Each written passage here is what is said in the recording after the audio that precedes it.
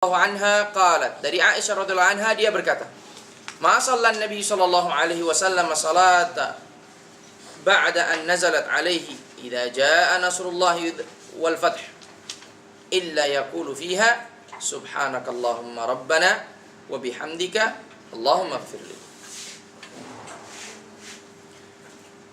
Dari Aisyah radhiyallahu anha dia berkata, Nabi sallallahu alaihi wasallam tidak salat setelah turunnya ayat ini. Ayat apa itu?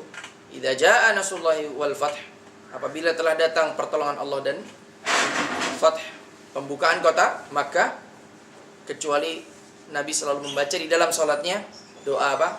Subhanakallahumma rabbana wa bihamdika Allahumma ighfirli.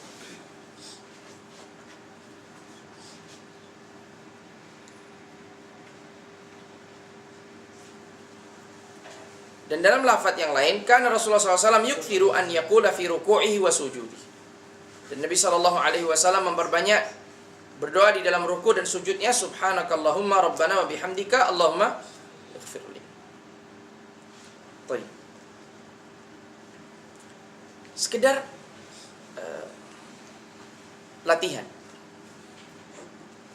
Kenapa musannif membawakan riwayat yang kedua? Apa alasan musannif membawakan hadis yang kedua? Lafaz yang kedua. Sebab biasanya seseorang ketika menyebutkan hadis, mengulang hadis, pasti ada sebabnya. Dan di sini lafaznya sudah jelas, kemudian diulang dengan lafaz yang lain. Dalam lafaz yang lain mengatakan demikian. Doanya sama saja. Subhanakallahumma rabbana wa bihamdika Allahumma firli. Dia ada tambahan menerangkan di mana doa ini dibaca. Barakallahu fiik. Di sini ada keterangan di mana doa itu dibaca. Wa yukthiru an yaqula fi ruku'ihi wa sujudihi. Sehingga ini menjelaskan kepada kita bahwasanya doa ini dibaca oleh Nabi SAW pada saat ruku' dan sujud. Pada riwayat yang pertama tidak menyebutkan tempatnya, maka menunjukkan bisa dibaca di mana saja. Namun ketika ada riwayat yang kedua, maka ini mempertegas kepada kita bahwasanya doa ini biasanya dibaca oleh Rasulullah SAW pada sujud dan rukuk.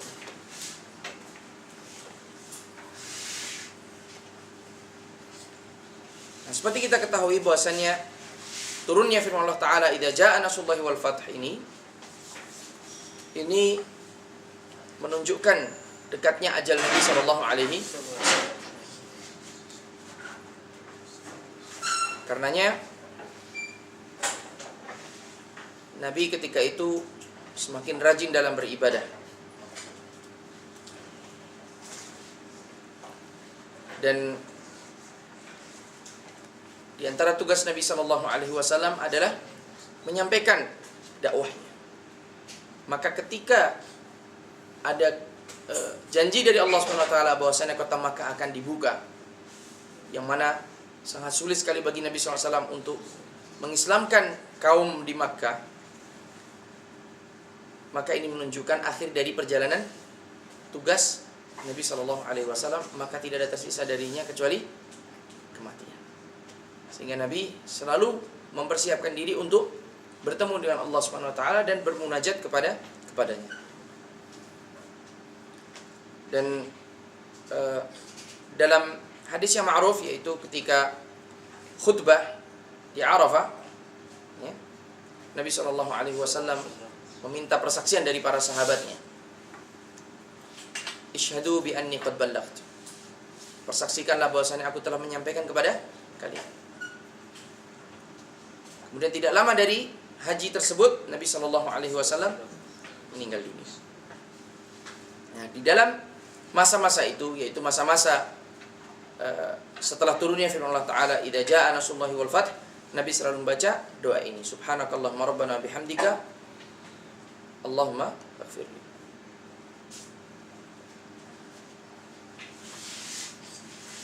Kita akan bedah doa tersebut. Subhanakallahumma, kalimat subhanak di sini dalam bahasa Arab disebutkan litanzih. Dan ini terkadang seseorang salah dalam penempatan. Ya, salah Kalau bilang salah, tidak tepat dalam penempatan. Katakanlah melihat sesuatu yang masyhurnya bahwasanya kalimat subhanallah itu diucapkan pada saat seseorang melihat apa? Keindahan. Namun yang afdal atau yang diriwayatkan, dinukil baik dari Al-Quran maupun As-Sunnah, bahwa kalimat subhanallah ini dibaca atau diucapkan untuk mensucikan Allah dari perkara yang tidak sepatutnya terjadi. Katakanlah kejadian Nabi SAW ketika para sahabatnya meminta Dzat Anwat. Ya Rasulullah, ij'alana Dzat Anwat kama lahum Dzat Anwat. Jadikan bagi kami tempat menggantungkan senjata sebagaimana mereka mempunyai tempat, orang-orang musyrik mempunyai tempat untuk menggantungkan senjata. Apa kata Nabi SAW? Subhanallah, Maha suci Allah. Ya. Kemudian Nabi mengatakan, hada mithla ma yaqulu qaum Musa ij'al lana ilahan kama lahum alihah. Ini seperti yang diucapkan oleh kaumnya Musa kepada Musa, ij'al lana ilahan, jadikan bagi kami Tuhan kama lahum alihah, sebagaimana mereka memiliki Tuhan-Tuhan yang lebih daripada satu. Dan di sini syahid Nabi SAW menggunakan kalimat subhanallah karena takjub akan sesuatu yang baik atau sesuatu yang buruk, ya. Sesuatu yang buruk yang terjadi. Kenapa kaumku bisa meminta kepadaku seperti yang diminta oleh kaum Musa kepada Musa? Maha suci Allah dari perbuatan syirik yang mereka lakukan seperti ini. Dan dalam ayat-ayat yang banyak juga disebutkan kalimat subhanallah. Di antara firman Allah Ta'ala, yaitu ketika Allah bertanya kepada Ibrahim. Bagaimana Allah bertanya kepada Ibrahim? A anta qulta lin-nasi ittakhiduni wa ummi ilahaini min dunillah? Apakah engkau menjadikan Isa, maaf. Allah bertanya kepada Nabi Isa, apakah engkau menjadikan anta qulta lin-nasi ittakhiduni? Apakah engkau mengatakan kepada manusia, jadikan aku dan ibuku, yaitu Maryam, adalah kedua ilah selain daripada Allah? Apa jawaban Nabi Isa? Qala subhanak, Maha suci engkau ya Allah. Artinya aku sama sekali tidak pernah melakukan perbuatan itu, tidak pernah mengajarkan, tidak pernah ini.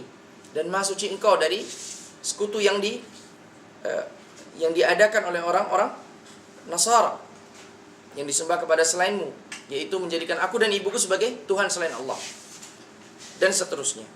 Nah, di sini mengucapkan subhanakallahumma rabbana bihamdik, pertama adalah tanzih, menghilangkan atau meniadakan dari sisi Allah Subhanahu wa taala sifat-sifat yang kurang. Ya. Seperti yang ditetapkan oleh orang-orang Yahud, bahwasanya Allah itu pelit, Allah itu bakhil, bahwasanya yadullah maghlulah, ghulat aydihim wa lu'inu bima qalu. Kemudian apalagi ya akhi? Bahwasanya Allah SWT taib, letih, ya, mengantuk dan seterusnya. Maka mengucapkan subhanakallahumma rabbana wa bihamdik di sini mensucikan Allah dari berbagai macam kekurangan yang ada, yang mana kekurangan-kekurangan ini tidak ada pada diri Allah Subhanahu wa taala. Kemudian sambil memuji Allah, wa bihamdik, sini memuji Allah Subhanahu wa taala. Kemudian setelah mengucapkan bertawasul dengan meniadakan kekurangan bagi Allah dan memuji Allah, maka dia barulah meminta doa. Meminta apa yang diminta olehnya? Allahumma ighfirli, ya Allah ampunilah dosa. Jadi kalau kita perhatikan doa-doa Rasulullah SAW, banyak mengajarkan kepada kita adab di dalam berdoa, yaitu bertawasul dengan baik mengucapkan subhanallah maupun memuji Allah, baik dengan mengaku akan dosa-dosa yang kita lakukan kemudian setelah itu memuji Allah, bertauhid kepada Allah, baru minta apa yang kita inginkan. Dan bahkan terkadang menutup juga dengan menyebutkan sifat Allah Subhanahu wa taala seperti doa sebelumnya. Atau menyebutkan nama Allah Subhanahu wa taala di antara nama-nama Allah Subhanahu wa taala. Nah,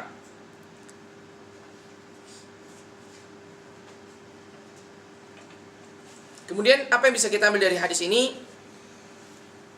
Sunnahnya membaca doa dan memperbanyak doa ini di dalam sujud dan rukuk.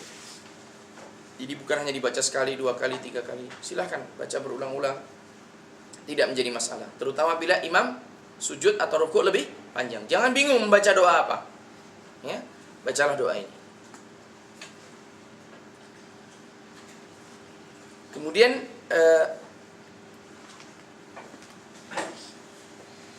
hendaknya seseorang menutup ibadahnya dengan istighfar.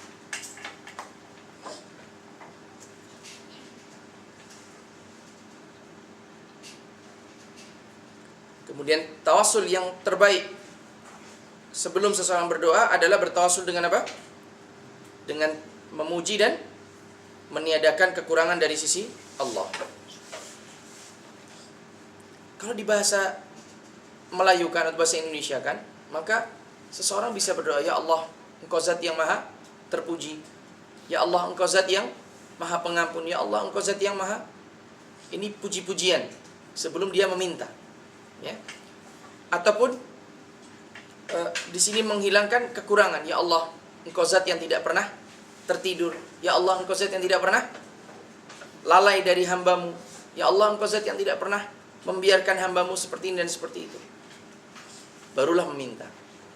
Jangan directly langsung meminta kepada Allah Subhanahu wa taala tanpa bertawassul dengan pujian ataupun menafikan kekurangan dari Allah Subhanahu wa taala. Nah,